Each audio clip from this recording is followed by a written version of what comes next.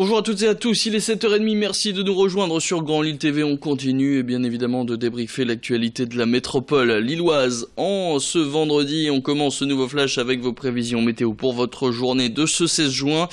La bonne nouvelle, c'est que le ciel du nord va se dégager de tous les nuages que vous apercevez actuellement dans le ciel de la métropole. Un après-midi ensuite très ensoleillé et chaud malgré ce petit vent d'ouest qui va persister tout au long de la journée.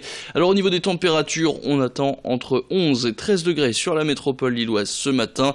Métropole lilloise dans laquelle il fera à peu près 22 degrés cet après-midi.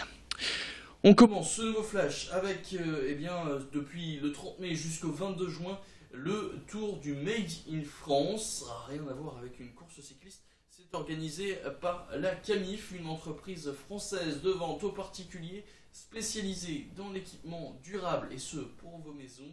Alors l'idée de ce tour, c'est de créer du lien entre les consommateurs, les fabricants et les collaborateurs en allant justement à leur rencontre. Et cette année, c'est donc la 4e édition. Mercredi, il fallait prendre la direction des vins Malmaison. Et au programme de cette étape de ce tour du Made in France, une filière de recyclage de meubles recyclés. Donc ça passe d'abord par la visite d'une déchetterie et la ressourcerie ensuite, un hangar où sont déposés les meubles qui cherchent une seconde vie. Une fois retapés, ils sont déposés dans la partie magasin de l'entrepôt. Activité donc écologique primée par cette entreprise depuis 2009. Et avec ce chiffre en tête, chaque année ce sont environ 1 200 000 tonnes de meubles usagés qui sont jetés chaque année. Plus d'informations au micro de Louis Caillé. L'idée, c'est d'industrialiser le process de création de produits vertueux pour la planète, pour l'homme. Là, ici, on a vu un atelier d'insertion qui rénove, répare et revend en fait ces vieux meubles qui sont collectés par un éco-organisme. On a vu Écomobilier aujourd'hui, qui est spécialisé dans la collecte des déchets d'ameublement. On paye tous aujourd'hui une petite écotaxe à chaque fois qu'on achète un meuble neuf. L'idée, c'est qu'avec cette écotaxe, on constitue toutes ces filières de collecte, de tri et de recyclage, mais également de réemploi. Et c'est ça qui est nouveau aujourd'hui, c'est qu'en mettant ensemble notre intelligence collective, on peut trouver une deuxième vie à ces meubles. Nouvel épisode de notre saga de ces candidats qui se présentent pour la première fois en campagne politique avant le second tour des législatives qui se déroule ce dimanche. Direction la 6e du Pas-de-Calais, à cheval entre le Boulonnais, le Calaisis et l'Audomarois. C'est le cas par exemple de Marie-Christine Bourgeois, la candidate Front National, présente à ce second tour face à Brigitte Bourguignon, députée sortante et désormais candidate En Marche. Présentation signée Jean-Baptiste Guilbert. Sur le marché de Dèvres, Marie-Christine Bourgeois, candidate du Front National dans la 6e circonscription, fait campagne. Avec une demi-douzaine de militants et leur tract, elle travaille ce territoire rural pour espérer l'emporter le 18 juin prochain face à la députée socialiste sortante, Brigitte Bourguignon, désormais étiquetée En Marche. Cette pédicure podologue retraitée de 65 ans s'est construite un parcours de militante. D'abord dans le syndicalisme, puis au conseil d'administration d'une caisse de retraite. Mariée et mère de 3 enfants, elle est élue conseillère régionale en 2015. Quand je vais sur les marchés, je rencontre des gens qui sont un peu déboussolés, désespérés, qui voudraient un espoir, qui ont envie d'autre chose que ce qui se passe actuellement, qui voudraient avoir du travail, qui voudraient pouvoir vivre de leur travail, ce qui n'est pas le cas pour l'instant. Enfin, j'ai toujours été dans ma vie quelqu'un qui a aidé, tous ceux qui étaient en difficulté. J'avais une profession paramédicale, donc c'est un peu dans mes gènes. Et je ne pouvais pas rester sans rien faire face à tout ce qui se passe, voire à la détresse des gens et au manque de réaction des politiques. Adhérente depuis 2004 au parti frontiste, Marie-Christine Bourgeois s'y voit parmi les modernes. Autour de la candidate, la politique est omniprésente. Électrice comme son mari du Front National, elle s'engage à la suite de son fils Quentin. Grâce à mon fils. Le troisième.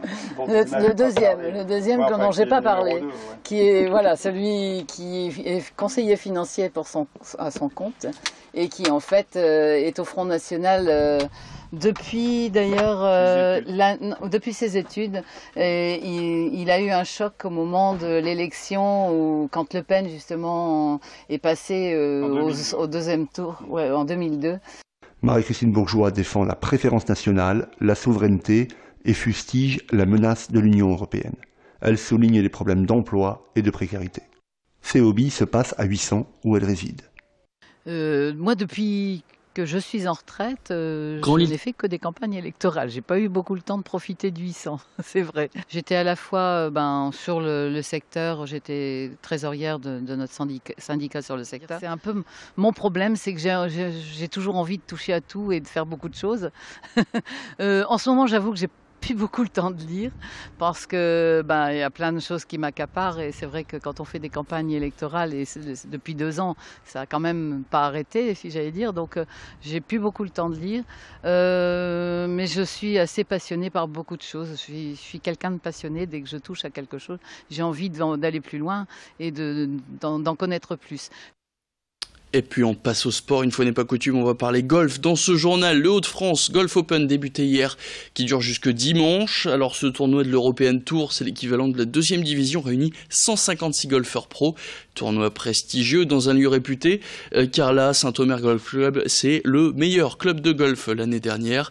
Un tournoi qui dure 3 jours et notamment pas mal d'animations qui sont organisées pour faire découvrir ce sport au grand public. Je vous laisse apprécier le résumé de la première journée. Déjà la 21e édition met un air de nouveau départ pour l'Open de Saint-Omer. Rebaptisé Hauts-de-France Golf Open, le tournoi accueille depuis ce jeudi quelques-uns des meilleurs joueurs européens et mondiaux. 156 golfeurs en tout qui espèrent inscrire leur nom au palmarès dimanche après-midi. Je pense que c'est une très bonne chose pour promouvoir, l'image de la région à partir du moment où on est dans un paysage aussi beau. Des événements internationaux, puisqu'on a quand même 29 pays qui sont là cette semaine, donc c'est quelque chose de fabuleux pour la région.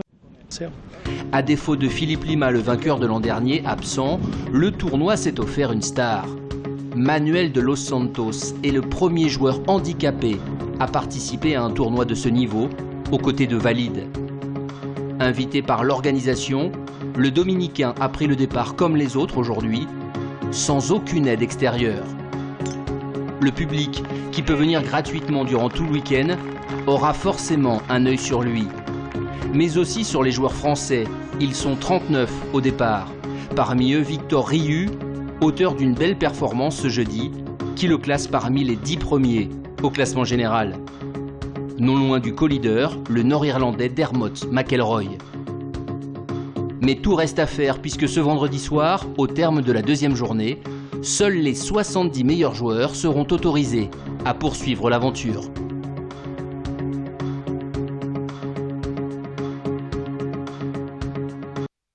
C'est la fin de ce flash, tout de suite la météo.